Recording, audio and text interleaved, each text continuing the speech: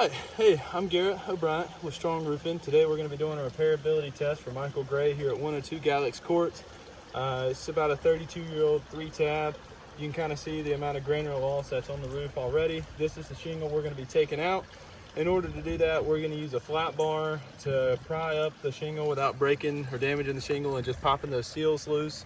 Once we pop those seals loose, you'll be able to get the first and second row of nails out. We got a new shingle here we're going to put back in its place and just show that as we begin to take any type of repairs to this old brittle roof, all the other shingles around it are going to be damaged during that process. So here we go. You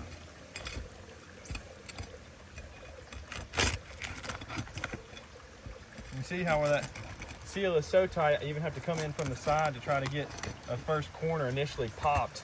It just is not wanting to break loose.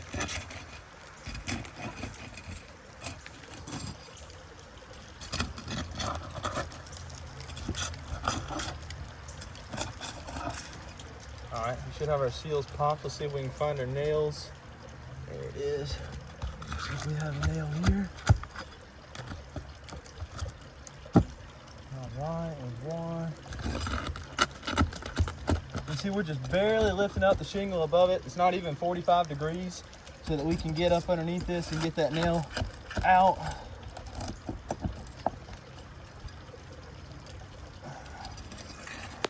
Another fourth nail there.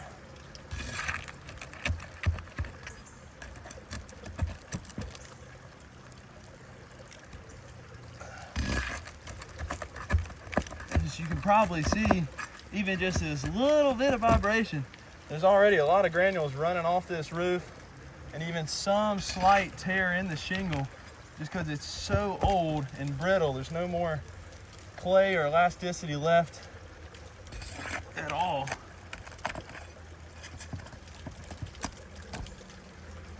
Now we should have our shingle loose here. Let's see if we can get it out.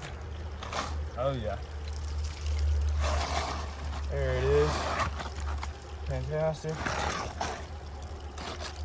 One other thing you're going to see here in the shingle is all the mat transfer. You can see all the other glue that came in from the old shingle. So when I go to seal this back down, this new shingle, it's never going to properly seal here because of all this mat transfer on the back of this shingle.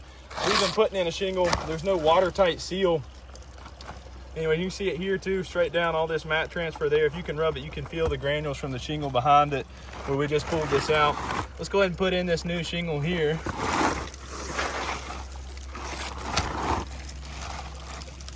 We'll slip it into place there.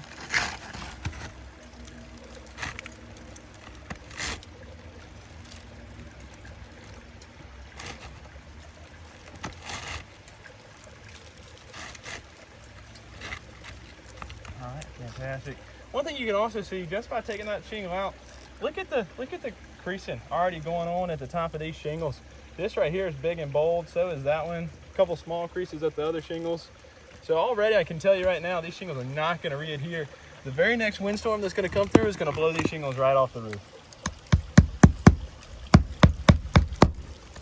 We'll pack our corners.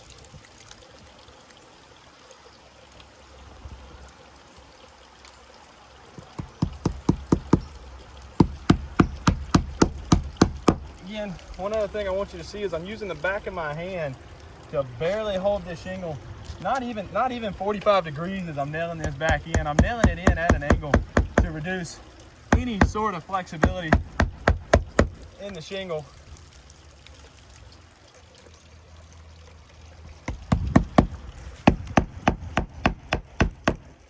Obviously, we took the nails out on both rows, so we have to put all the nails back.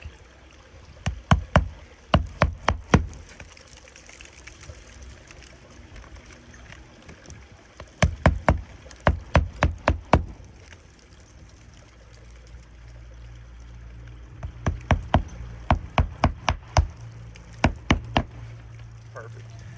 All right, so let's show you what we got here. So this is our finished result. You can see our new shingle in place. Look at that creasing up there. Look how, that is no way that's ever gonna reseal. That is absolutely unrepairable. We have our new shingle in spot, and to me, this roof is not fixable. This is gonna have to be replaced. The valleys are woven up underneath the front slope there. You can see it's a California straight cut. It should go at least another 3 feet under there. So in order just to change out these sides that have prior wind damage, we'd have to tear off multiple facets and most likely the entire roofing. So thank you, we appreciate it.